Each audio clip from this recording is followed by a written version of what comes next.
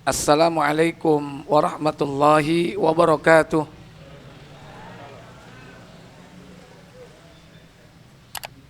Innal hamdalillah nahmaduhu wa nasta'inuhu wa nastaghfiruh wa na'udzu billahi min sururi anfusina wa min sayyiati a'malina. Man yahdihillahu fala mudhillalah wa man yudlil fala hadiyalah. Wa asyhadu an la ilaha illallah wahdahu la syarikalah wa asyhadu anna Muhammadan abduhu wa rasuluhu la nabiyya ba'da. Allahumma salli wa sallim wa barik ala Muhammadin sallallahu alaihi wa ala alihi wa ashabihi wa man tabi'ahum bi ihsanin ila yaumiddin, amma ba'd.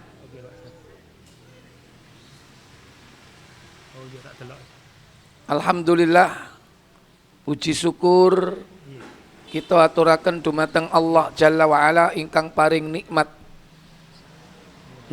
ingkang sae, nikmat ingkang paling ageng, nikmat iman lan Islam. Mugi kula panjenengan tasih diparingi istiqomah netepi iman lan Islam ngantos tumekaning al-yakin. Al-yakin menika al-maut. Nggih menika napa? Kematian. Mugi kita sedaya diparingi nikmat husnul khotimah. Mugi sholawat saha salam katuraken dumateng Nabi kita qudwah suri toladan ingkang sae, nggih menika Nabi Muhammad sallallahu alaihi wasallam kaliyan sedaya para putra wayah garwanipun, para sahabatipun lan sedaya pengikutipun ngantos dumugi dinten kiamat. Bapak Ibu sedherek Islam ingkang minulya, kula niki diprotes kali jamaah, Ustadz nek basa Jawa saya enggak tahu. Soalnya niki siarane streaming ngantos Jakarta. Seakan sing Jakarta niku mboten semerep cara Jawa. Nggih, enten tiyang Padang, enten tiyang Medan nggih. Berarti saniki wis digawe campuran mawon. Indonesia kali Jawa. Insyaallah nek bahasa Indonesia sedaya semerep kan? Nggih. Nggih, Bapak Ibu, saudara-saudara sekalian yang dirahmati Allah Jalla wa Ala. Insyaallah malam ini kita akan melanjutkan pembahasan tentang masalah wasiat Nabi kepada sahabat Abdullah bin Abbas radhiyallahu ta'ala anhuma, yakni wasiat agar kita senantiasa taat kepada Allah Jalla wa'ala. Karena dengan taat kepada Allah Jalla wa'ala, maka Allah akan senantiasa menjaga dan melindungi kehidupan kita. Hadis yang ke-19 dalam kitab Al-Arba'in An-Nawawiyah diriwayatkan dari Abul Abbas, yaitu Abdullah bin Abbas. An Abil Abbasi, dari Abu Al-Abbas. Ini kunya dari Abdullah bin Abbas. Abdullah bin Abbasin radhiyallahu ta'ala anhuma qal, semoga Allah meridhoinya, meridhoi keduanya, yakni Abdullah sekaligus bapaknya yakni Abbas yang merupakan paman dari Rasulullah yang masuk Islam dan membela beliau. Ia berkata, kuntu khalfan nabiyyi sallallahu alaihi wasallam yauman. Aku berada di belakang Nabi sallallahu alaihi wasallam pada suatu hari. Faqal, lantas aku bertanya, Nabi sallallahu alaihi wasallam lantas bersabda, yakni memberikan wasiat kepada Abdullah bin Abbas. Ya gulamu, wahai anak muda. Niki Abdullah bin Abbas tasik nem nggih. Masih muda belia. Makanya dipanggil apa? Ya gulam, wahai anak muda. Inni u'allimuka kalimatin. Sesungguhnya aku akan memberikan kepadamu sebuah kalimat atau kalimat-kalimat.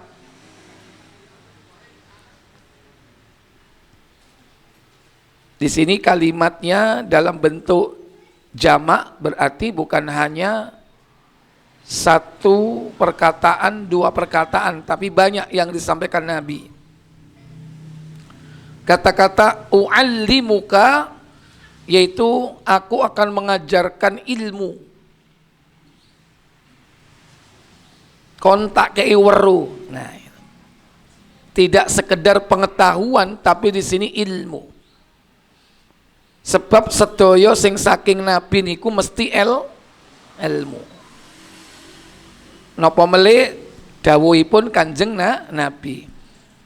Jadi semua yang dari Nabi itu adalah ucapan beliau adalah ilmu. Apa kata beliau? Ihfazillaha yahfadka. Jagalah Allah, maka Allah akan menjagamu. Jadi dados kita sedaya niku dipun perintah kalian Nabi supados jagi Allah. Lho, napa Allah niku perlu dijagi napa mboten? Perlu dijaga enggak Allah itu? Enggak perlu dijaga. Lalanjeng napa maksudipun dawuhipun Kanjeng Nabi niki? Kok kita diperintah untuk menjaga Allah? Maksudnya kita diperintah menjaga Allah, yaitu menjaga perintah-perintahnya. Dengan cara dikerjakan perintah-perintah Allah itu. Dan menjaga Allah niku maksude napa malih? Nggih menika sampun nglakoni maksiat, menjaga larangan-larangan Allah jangan sampai dilakukan, apalagi dibiasakan. Naudzubillah. Jadi menjaga di sini adalah menjaga hukum-hukum Allah. Yang perintah dikerjakan, yang larangan ditinggalkan. Itu berarti kita menjaga Allah. Sanes jagi kados Joko yuk putra wayah nggih. Tak Joko kene cek gak ketubruk montor, cek gak kecemplung kali, cek gak digondol kok wewe. Sik ana ta gondol wewe. Ya. Bukan menjaga seperti itu. Yang dimaksud menjaga Allah yaitu dengan melaksanakan perintahnya, meninggalkan larangannya. Yahfadka, niscaya kau akan dijaga oleh Allah. Lah kalau kita dijaga oleh Allah ini berarti maknanya makna hakiki. Ya memang betul-betul kita dijaga. Dijogo cek gak kecelakaan, dijogo cek gak kaliren, dicukupi kebutuhan kita oleh Allah. dijaga dari mara bahaya, dijaga dari kecelakaan, diberikan keselamatan, dijaga dari godaan makhluk, baik manusia dan jin, termasuk juga godaan binatang. Contohnya binatang sing gudo niku napa sing suka ganggu menungso. Ini terutama binatang sing berbahaya. Nek lamuk iku wis biasa konco. Jenengan kan wis biasa nggih koncoan kali lamuk. Wis gak usah tik bingung ya. Tapi kewan-kewan sing ganggu, sing diperintah mateni niku lho. Contone napa? Ula, napa malih? Kala jengking, napa malih? Harimau, lapo harimau. Ya, nek gak keluyuran nang hutan ya gak kepethuk macan ya kan. Insyaallah nang kutha ya gak ono macan. Kecuali nang Bonbin. Nggih. Dijaga oleh Allah, dipelihara oleh Allah dari berbagai macam bahaya, maldorot yang akan menimpa kita. Lajeng Kanjeng Nabi dawuh ihfazillaha tajidhu tujahak. Jagalah Allah, niscaya kau akan menjumpai Allah di depanmu. Loh, mosok moro-moro ketok Allah, menjumpai Allah di depan, masa kita bisa melihat Allah? Tidak ada makhluk siapapun di muka bumi, dari nabi, para rasul, yang pernah melihat Allah. Belum ada. Dados dereng nate menungso niku mirsani Allah, dereng nate. Senoso piyambakipun tiang ingkang minulya. Meskipun dia manusia yang paling agung, contohnya Nabi kita Muhammad. Nabi Muhammad belum pernah melihat Allah. Terus Aisyah wonten hadis Muslim nomor 143, salah satun, ada 3 perkara. Man takallama biwahidatin, siapa yang mengatakan salah satu di antara 3 perkara tersebut, faqad a'dama Allah, faqad a'dama 'ala Allahil firya, maka dia termasuk orang yang berbuat dusta kepada Allah dengan kebohongan besar. 3 perkara. Napa mawon iku 3 perkara? Monggo diwaos.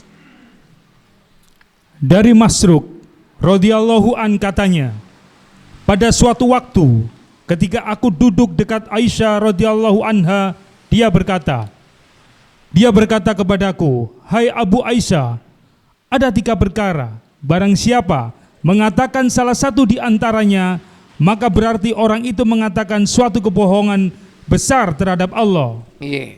Apa saja itu? Aku bertanya, apa itu? Apakah itu?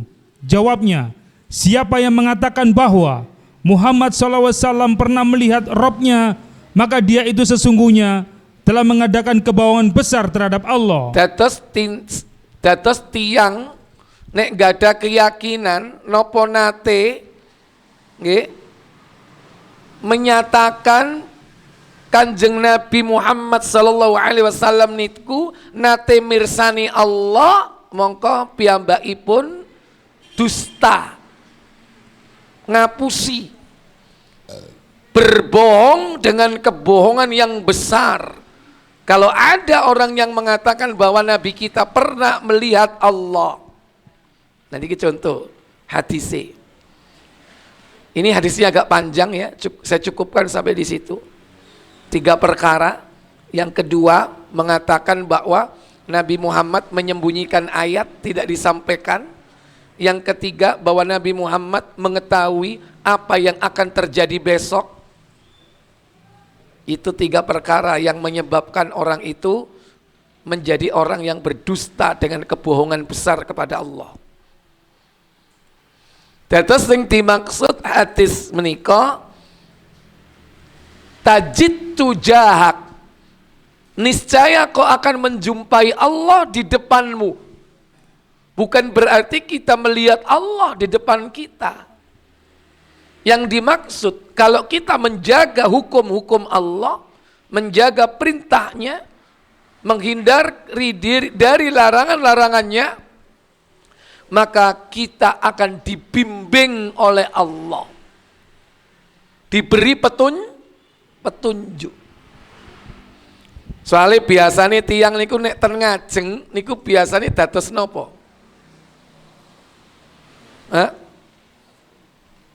Nek ten ngajeng niku berarti dados nopo? Nek sepur sing ten ngajeng niku nopo? Das, lokomotif, nggih. Dados nopo? Gerbong niku nurut pengikut, nurut pimpinan. Gerbong melok nopo e? Apa sing ngarepku jenenge apa rek sepur iku rek? Lokomotif bahasa Indonesia, basa Mojokerto. Ndas. Ndase sepur. Ya kan? Gerbong iku melok ndase sepur. Nggih. Makmum iku melok imam. Dados kita sedaya nek jagi perintah Allah, ninggalno larangane Allah niku bakal dipimpin. Lah sing mimpin niku ten ngajeng. Jadi kita ini akan diberi petunjuk, dibimbing oleh Allah. Kalau kita menjaga perintahnya, selalu mengerjakan perintah dan meninggalkan larangan. Nek tiang Jawi niku enten pariboso, napa? Paribasan. Nggih. Ing ngarsa sung tulodo, di depan menjadi apa? Tulodo niku napa? Menjadi contoh. Berarti kan yang memberi contoh ini kan membimbing, mengarahkan. Ing ngarsa sung tulodo, di depan menjadi contoh yang baik.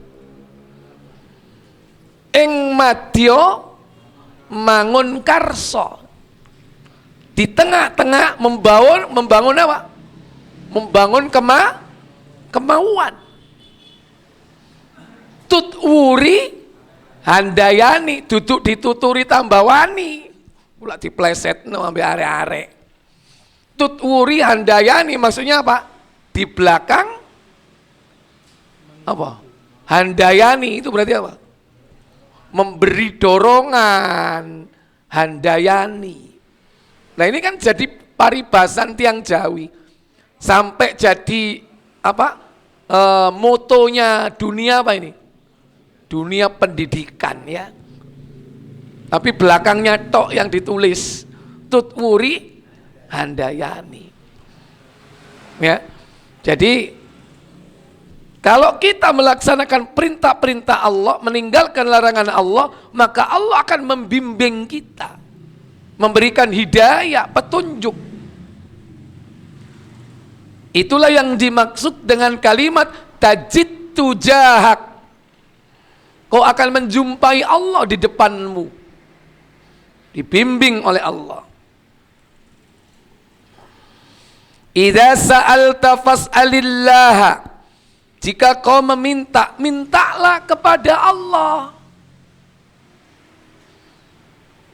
Dados panjenengan menawi butuh nyuwune ten sinten?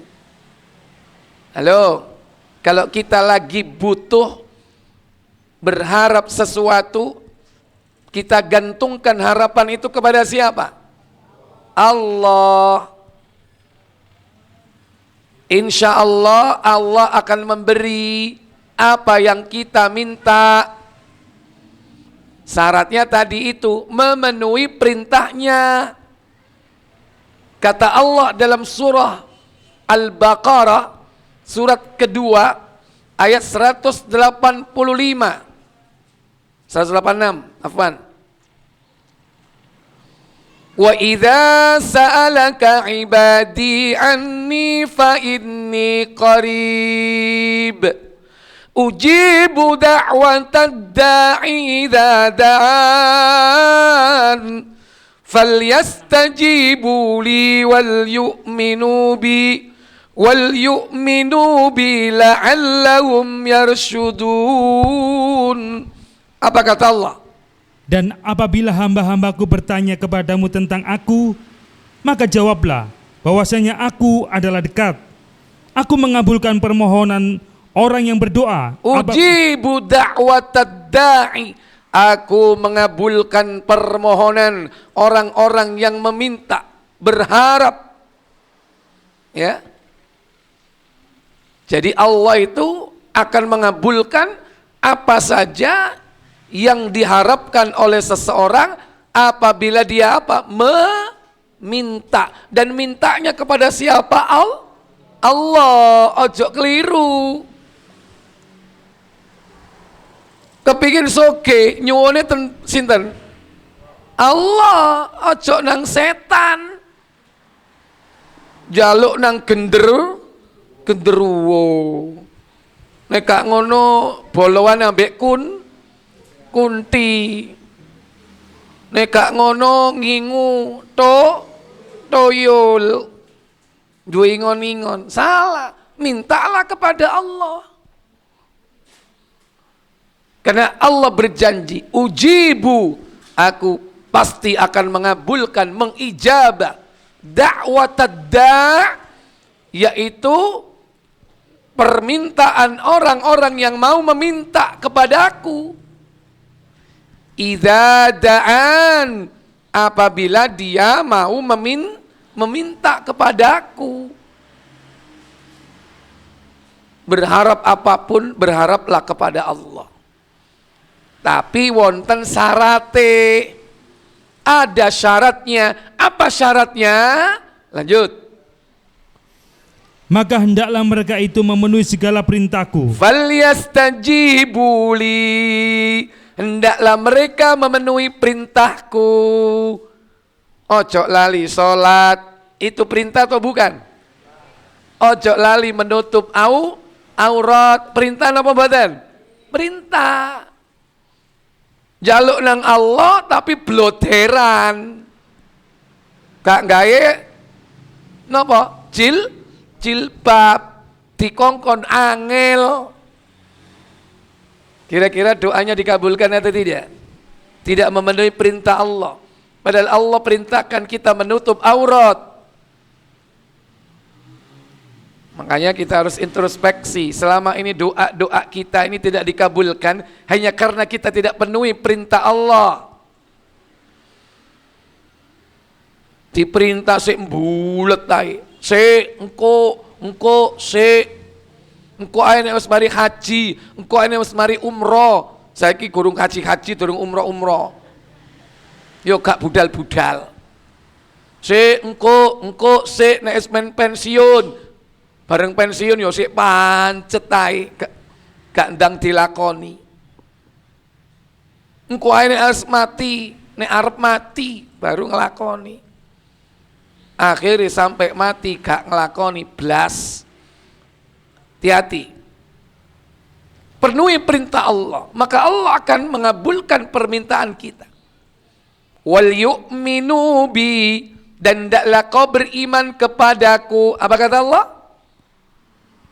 Dan hendaklah mereka beriman kepadaku, maka agar mereka selalu berada dalam kebenaran. La'allahum yarshudun, agar mereka senantiasa mendapatkan irsyad. Apa irsyad? Petunjuk.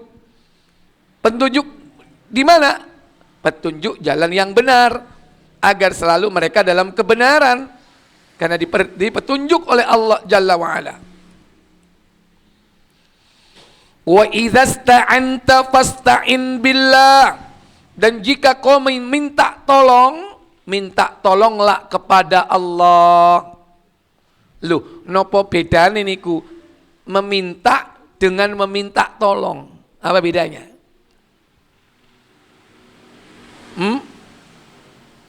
Meminta dengan meminta tolong.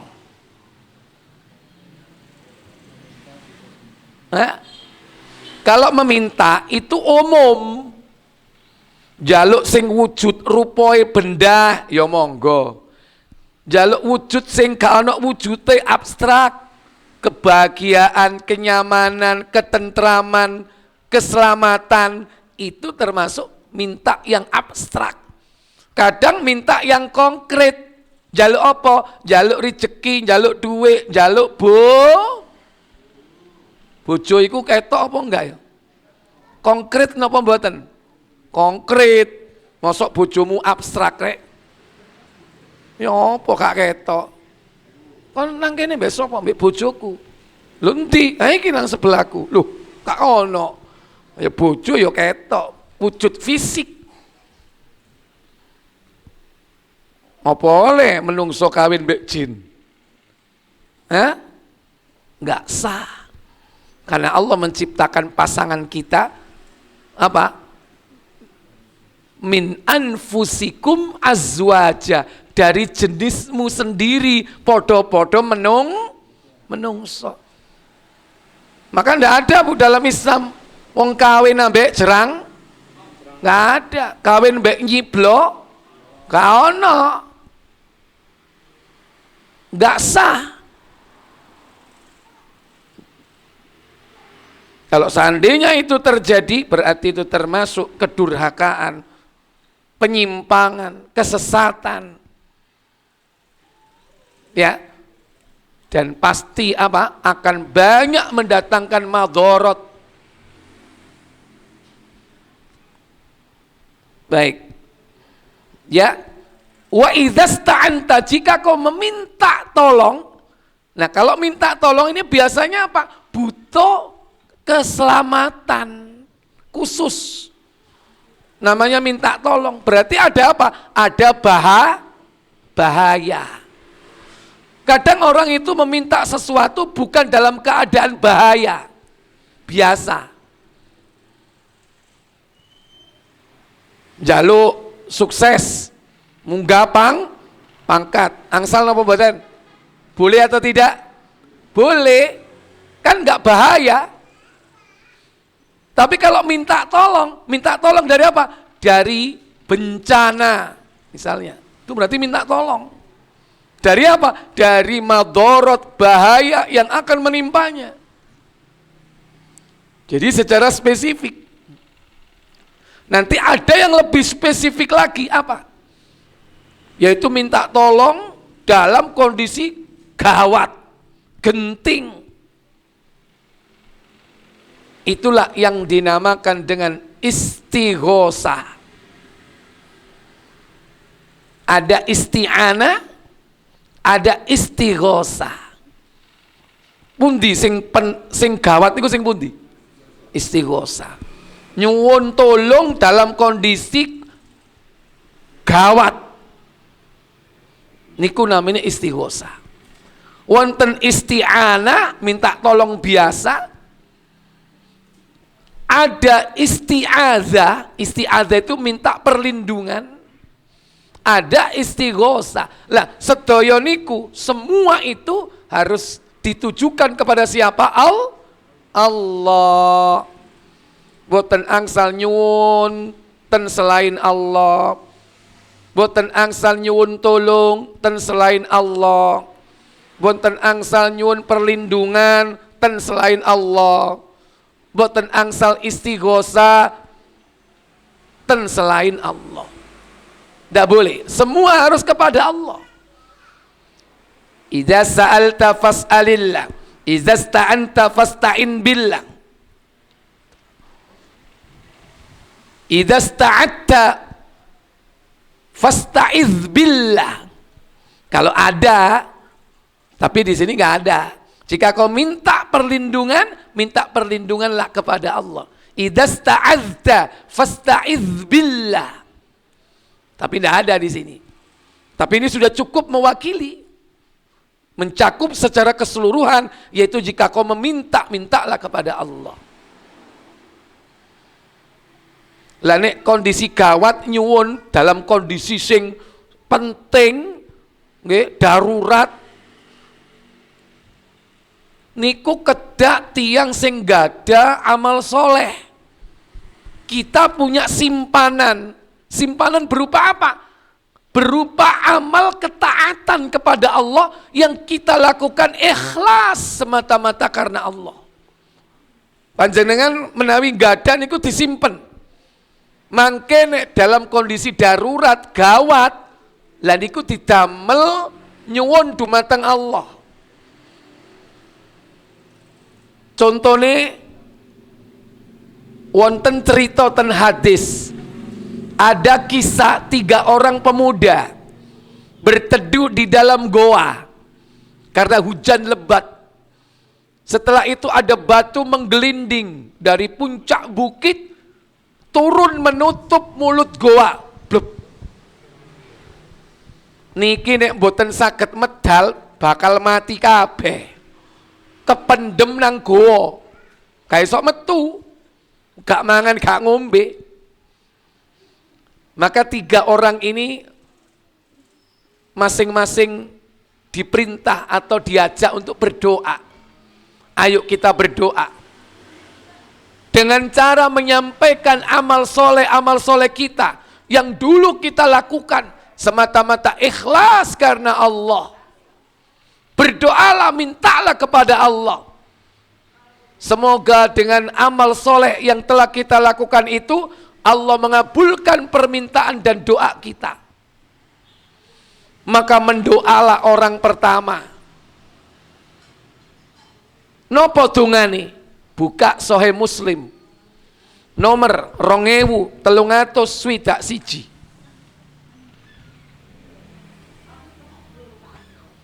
Dua tiga enam satu.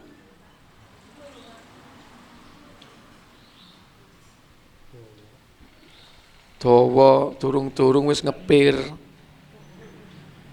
Masih ya dawa apa? Wis mari lontong balap ae kok.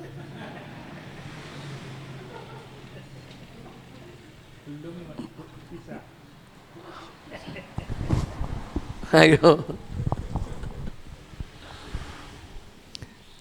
Dari Abdullah bin Umar radhiyallahu anhuma dari Rasulullah SAW bersabda. Apa sabda beliau? Pada suatu ketika ada 3 orang sedang dalam perjalanan. Tiba-tiba mereka ditimpa hujan lebat. Karena itu mereka masuk ke dalam gua sebuah bukit. Tiba-tiba dari puncak bukit jatuh sebuah batu besar menutup rapat pintu gua itu sehingga mereka terkurung di dalam tidak dapat keluar.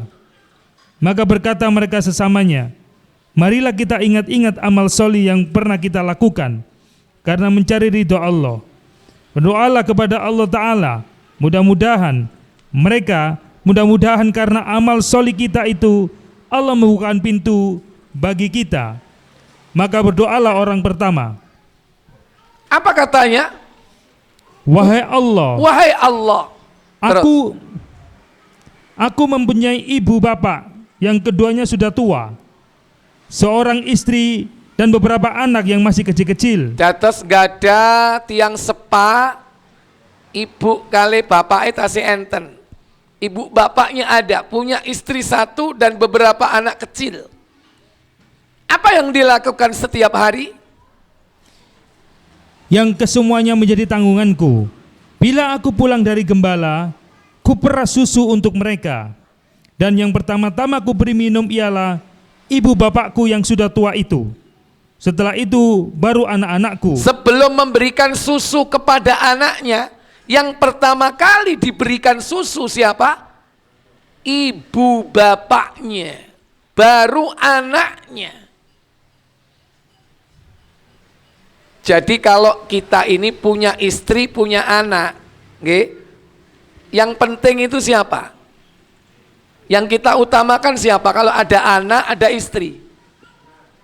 Sampai nek berkatan, kondangan mulai nang omah, biasanya berkatnya dikeno bojo apa dikeno anake? Nek sing ngomong bojo iku berarti gak duwe anak.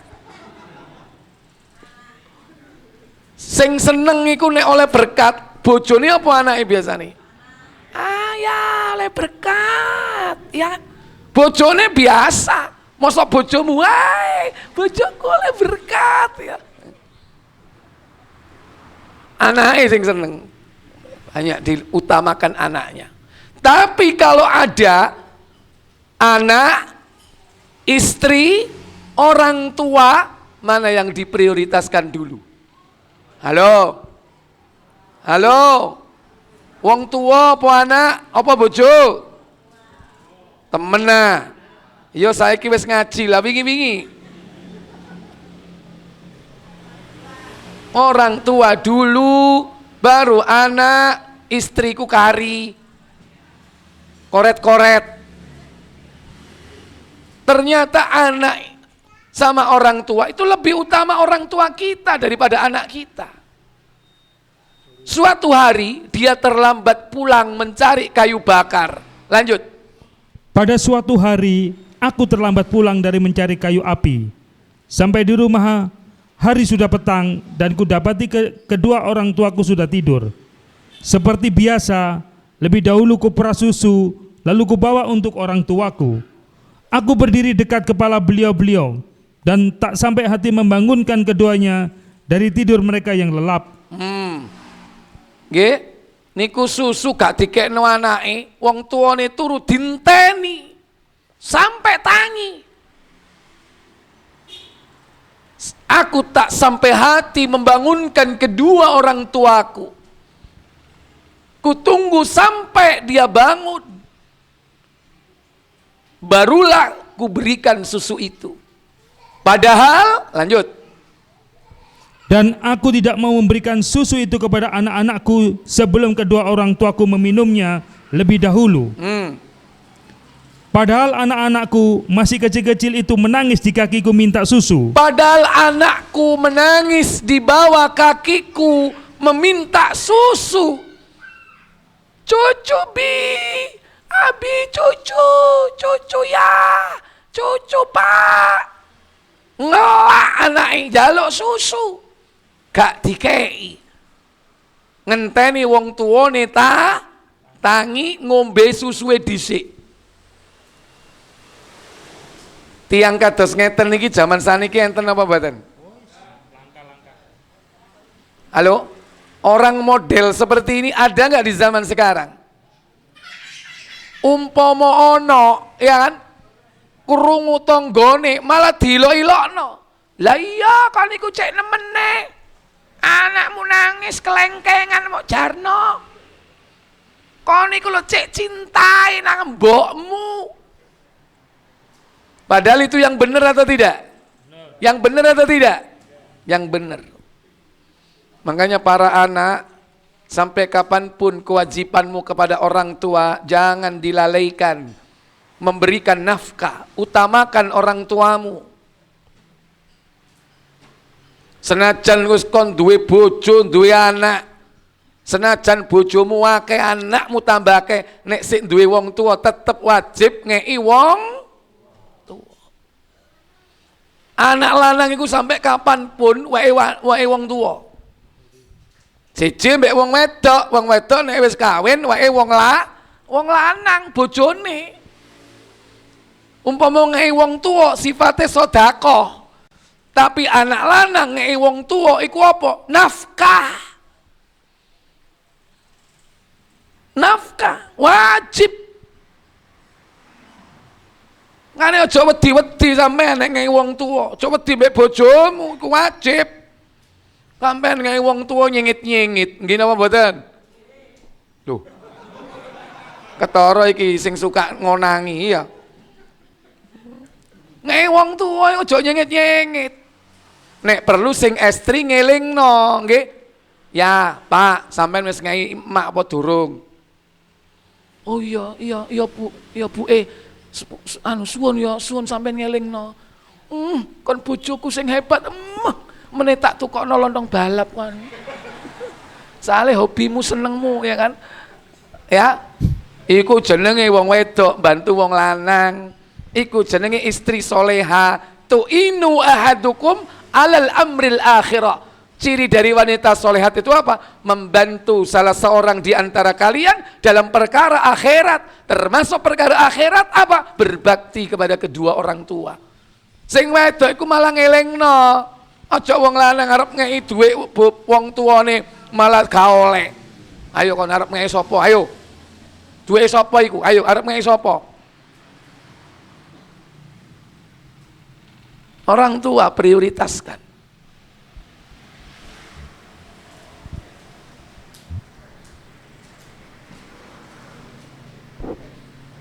Termasuk nek arep rabi maneh duduk njaluk izin nang bojo, njaluk izin iku nang wong tuwa. Kau ono kewajiban njaluk izin nang wong wedok iku. Umpama sekarang jadi aturan pemerintah, ya kan? Minta izin nggak kepada istri? Minta izin bukan kepada istri. Istri itu hanya pemberitahuan. Minta izin kepada ibu bapak kita. Sekarang salah kaprah.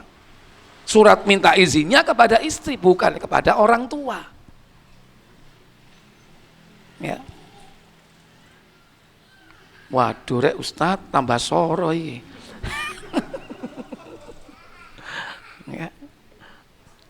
Baik, kemudian setelah dia berdoa, apa yang terjadi? Demikianlah aku dan anak istriku senantiasa dalam keadaan demikian sampai terbit fajar, menunggu kedua orang tuaku bangun. Wahai Allah, Engkau tahu bahwa aku berbuat demikian karena mencari keridhaan-Mu. Maka tolonglah buka pintu gua ini bagi kami supaya kami dapat melihat langit. Lalu dibukakan Allah pintu gua itu sedikit sehingga mereka dapat melihat langit. Berarti dikabulkan nggak doanya? Dikabulkan. Berarti amalan yang dia sebutkan itu diridhoi Allah apa enggak? Diridhoi.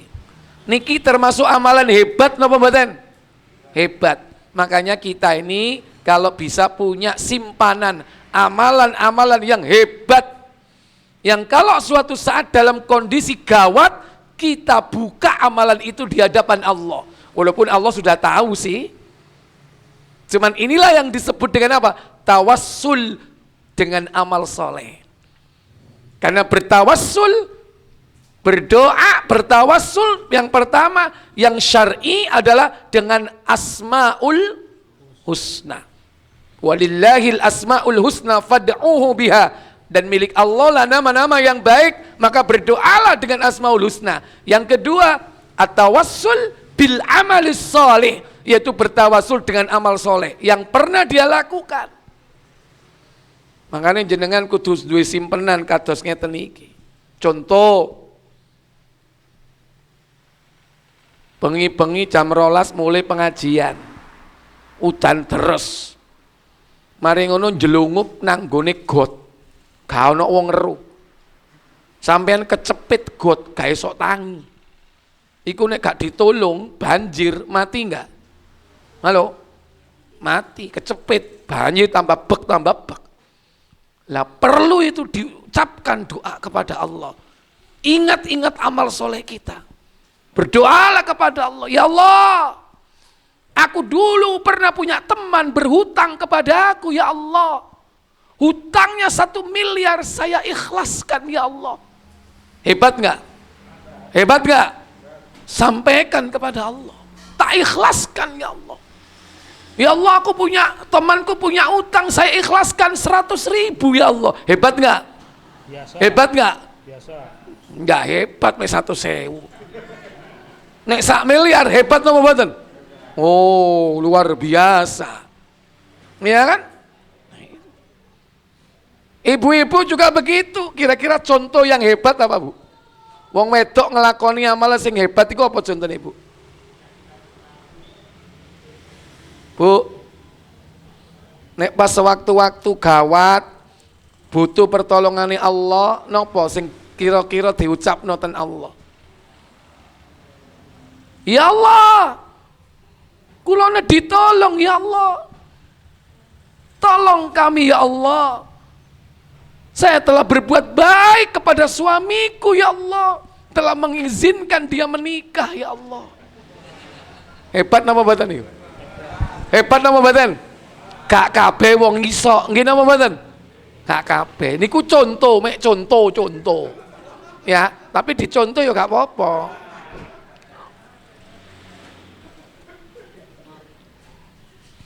Kalau hanya sekedar melayani suami, biasa nggak? Melayani mangane, melayani kelambine, melayani nang kasure, biasa kalau seperti itu. Umum semua orang bisa. Gak dikai bayaran, gak dikai belonjo, ya kan? Setahun, ada nggak orang seperti itu? Banyak, tetap dia bersabar. Kenapa? Karena si perempuan duwe penghasilan sendiri. Biasa. Nah, cari amalan-amalan yang hebat, yang jarang wanita itu bisa melakukannya. Bapak juga begitu. Itu hanya contoh, ya. Baik. Ya, jadi di situ ada berapa tadi? 3 orang, ya kan? Wis siji ae wis cukup gawe contoh. Engko nek loro telu gak mari-mari engko. Ya kan? Saya lanjutkan hadisnya. Wa'lam, dan ketahuilah annal ummata, bahwasannya suatu umat, lawijtama'at, seandainya mereka berkumpul, ala ayyanfa'uka bisyai'in, hendak mendatangkan manfaat atau mendatangkan suatu manfaat kepadamu, lam yanfa'uka illa bisyai'in qad katabahu Allahu lak, niscaya mereka tidak akan bisa memberikan manfaat sedikit pun kecuali apabila sudah ditetapkan oleh Allah. Wong sak donya ngangkat menungso, tapi nek Allah boten maringi kehendak, jadi napa boten? Jadi atau tidak? Enggak jadi. Manfaat itu tidak akan pernah terwujud kalau manfaat itu tidak ditetapkan oleh Allah. Sekalipun manusia berusaha sekuat kemampuan mereka, berusaha memberikan manfaat.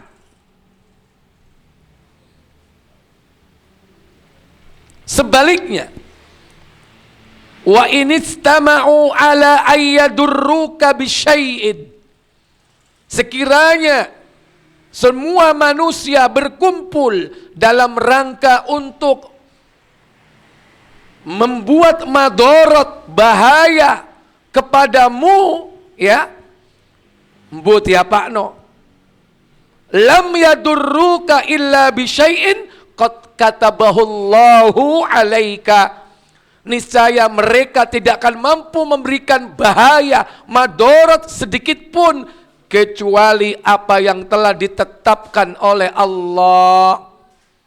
Mulane ojo wedi-wedi nanggone menungso, senajan menungso iku bolone ya akeh, diancam, awas kon nek gak nurut, kon nek gak mandek, hati-hati kon. Semua orang berkata begitu, maka tanamkan dalam hati bahwa semua itu tidak akan bisa terjadi kecuali apa yang sudah ditetapkan oleh Allah, ditulis oleh Allah, bahkan secara azali, ditulis sejak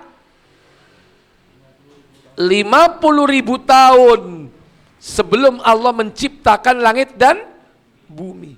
Sudah ditulis catatan takdir itu. Makanya kita harus memahami takdir itu dengan baik, supaya kita ini apa? Dalam hidup ini gak takut kepada manusia, tidak takut kepada keadaan. Karena semua itu tergantung ketetapan Allah. Apa yang tidak ditetapkan oleh Allah tidak akan pernah terjadi. Sehingga ada istilah takdir itu azali, ditetapkan jauh sebelum Allah menciptakan manusia. Ada jenis takdir yang kedua itu takdir al-umri, yaitu ditulis kembali catatan induk dalam Lauhul Mahfuz itu pada saat bayi berusia 4 bulan, itu takdirul umri. Yang ketiga yaitu takdirus sanawi, takdir yang bersifat tahunan, yaitu yang ditulis secara rinci dari yang global yang di Lauhul Mahfuz itu ditulis dalam beberapa kitab untuk selama setahun. Kapan ditulisnya? Saat Lailatul Qadar. Makanya Lailatul Qadar itu adalah turunnya catatan takdir rincian yang di Lauhul Mahfuz tentang segala kejadian selama setahun, tentang rizki, tentang ajal, siapa yang mati pada tahun itu diturunkan saat Lailatul Qadar. Dan kalau sudah diturunkan saat Lailatul Qadar, takdirnya itu sudah baku, tidak bisa dirubah, karena hanya berlaku setahun. Nanti Lailatul Qadar yang akan datang, itu menetapkan setahun lagi ke depan. Kalau sudah ditulis, diturunkan, tidak bisa dirubah. Nah sebelum itu, memungkinkan dengan doa Allah merubah takdir seseorang. Kalau seandainya ada sesuatu yang merubah qadha ketetapan Allah, itulah doa. Nah antum nanti baca tafsir Ibnu Katsir surat Ad-Dukhan, yaitu surah 44, mulai dari ayat 1 sampai dengan ayat yang keempat. Tentang apa yang saya jelaskan tadi, yaitu takdir sanawi, takdir tahunan, dan ada takdir yaumiyah, takdir harian, di mana Allah setiap hari mengabulkan doa, memenuhi permintaan, ya, melakukan berbagai macam aktivitas, memenuhi takdir-takdir hambanya.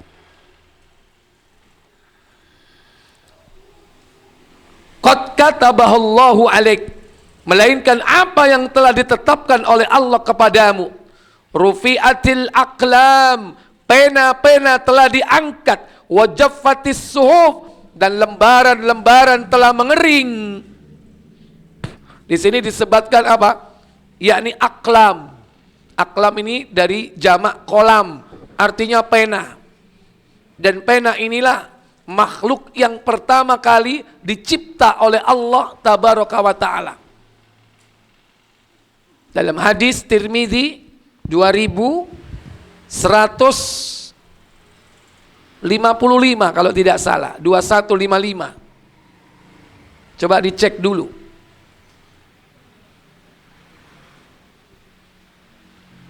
Dan pena inilah makhluk yang pertama kali diciptakan sebelum yang lain. Dan setelah itu pena diperintah untuk menulis.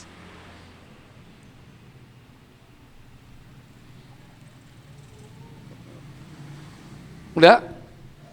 2155.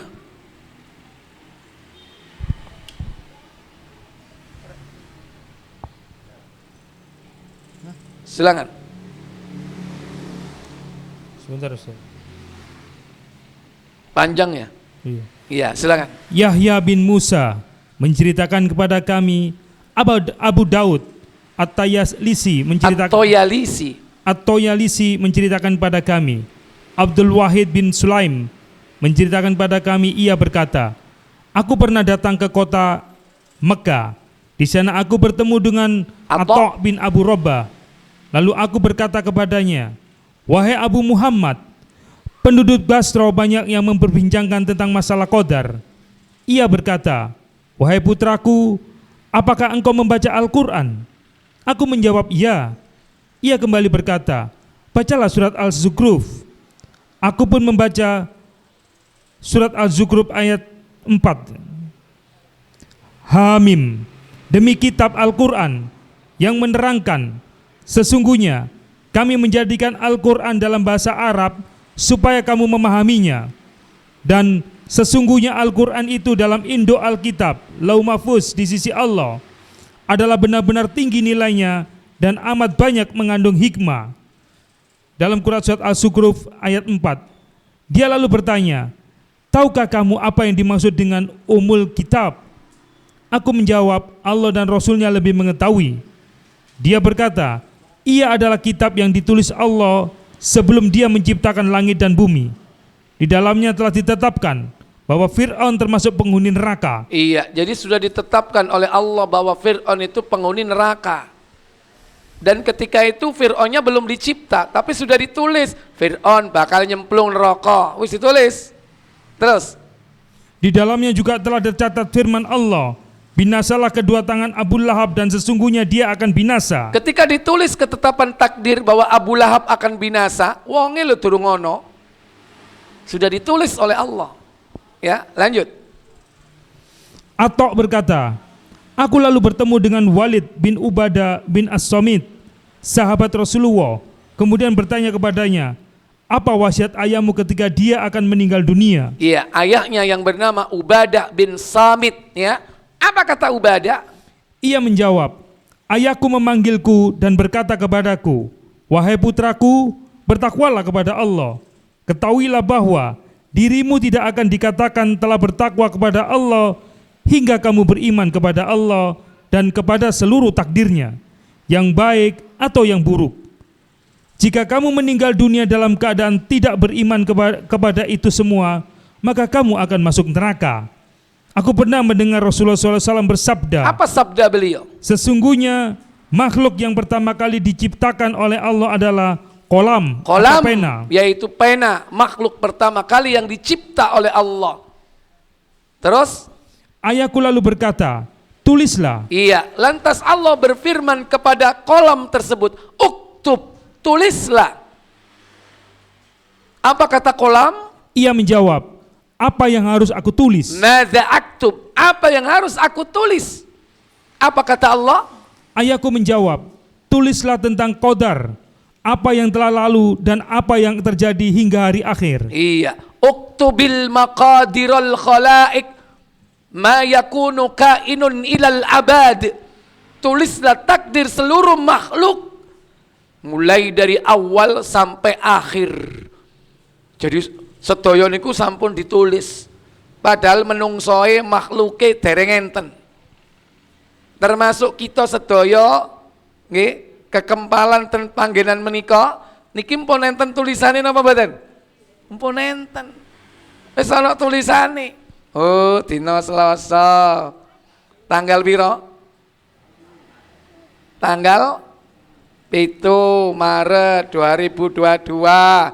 Sing teko fulan, sing wedok fulana, sing ngantuk fulan, sing ngeler. Ya kan? Nah, itu wis ditulis kabeh. Rinci. Ya kan? Sing lontonge gantek fulan, ditulis. Rinci.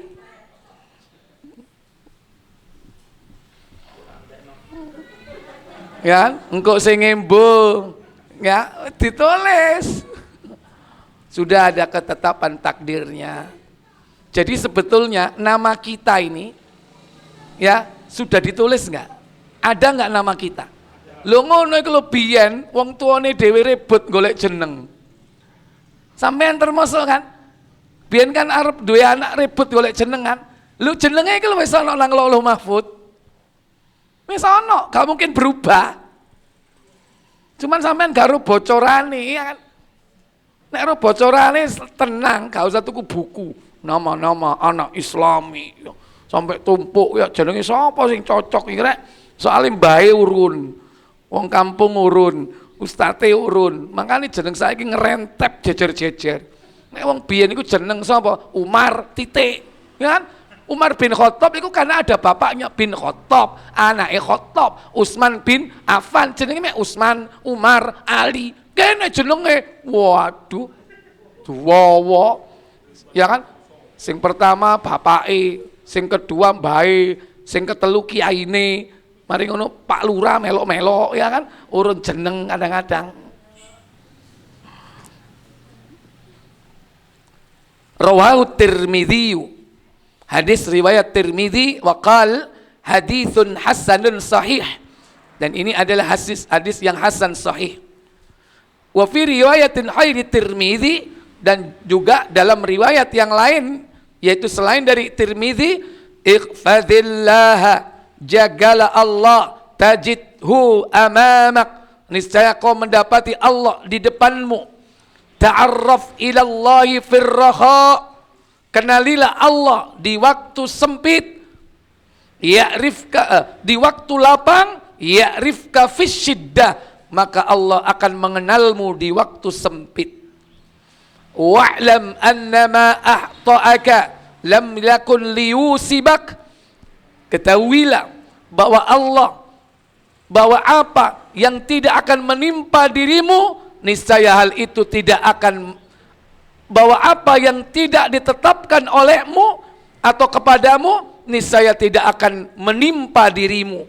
Wa ma asabaka lam yakun liyukhti'ak, dan apa yang bakal menimpa dirimu, maka hal itu tidak akan luput darimu, karena semua itu sudah tercatat semua, yang baik maupun yang buruk. Wa'lam annan nasra ma'as sabri, ketahuilah bahwasanya beserta kesabaran itu ada pertolongan. Kalau pengen ditolong oleh Allah, maka bersabarlah. Wa annal farja ma'al karbi, bahwasanya beserta kesusahan itu ada, yakni jalan keluarnya, kemudahan.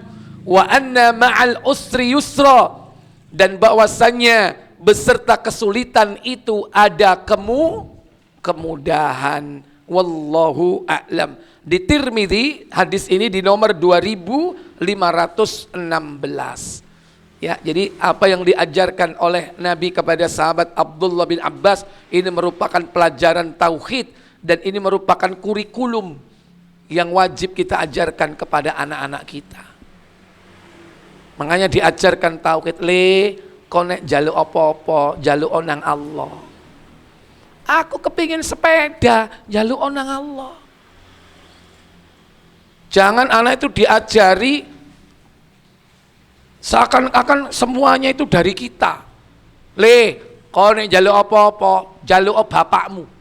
Mumpung bapakmu sih kuat. Nggak boleh seperti itu. Suruh dia minta kepada Allah. Loh, iya ya, aku kudu njaluk nang Allah. Iya, minta kepada Allah. Ya wes engkau aku tak njaluk. Ya Allah, kula nyuwun sepeda ya Allah. Sudah benar nggak? Begitu mendengar ucapan anaknya seperti itu, minta kepada Allah, budalo nang toko sepeda. Ngono ngajari anak iku. Teko gawa sepeda, sepedane teko Allah. Tauhid enggak itu? Wah, Allah ngei aku sepeda. Karena hakikatnya siapa yang memberi hakikatnya? Allah. Kalau kita enggak dimudahkan sebagai orang tua, enggak akan bisa memberi anak. Itu cara mengajari kepada anak. Apapun minta kepada Allah. Tapi kita harus peka. Kita harus mendengar apa yang dia minta, segera kita harus berusaha. Supaya apa? Supaya anak kita itu semakin yakin kalau dia minta kepada Allah, Allah akan memberi. Nah, itu pelajaran tauhid. Fa idza sa'alta fas'alillah, fa idza sta'anta fasta'in billah. Wallahu a'lam. Baik, saya pikir cukup sampai di sini kajian kita pada malam ini. Semoga bermanfaat dan bisa memahami apa yang disampaikan oleh Nabi kita Muhammad sallallahu alaihi wasallam kepada kita semua melalui sahabat Abdullah ibn Abbas radhiyallahu taala anhuma. Sebelum saya tutup, seperti biasa saya beri kesempatan untuk tanya jawab, satu ikhwan, satu akhwat, ya. Silakan.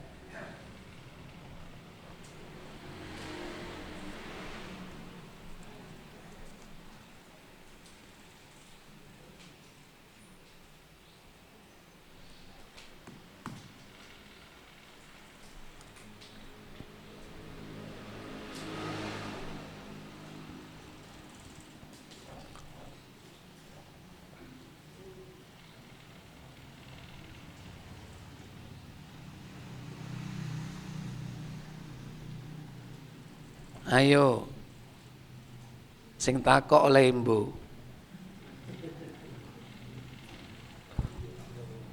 Silakan Bu, monggo.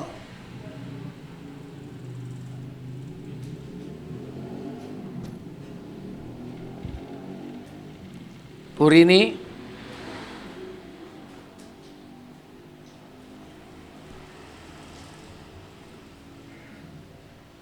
Siji, loro, telu.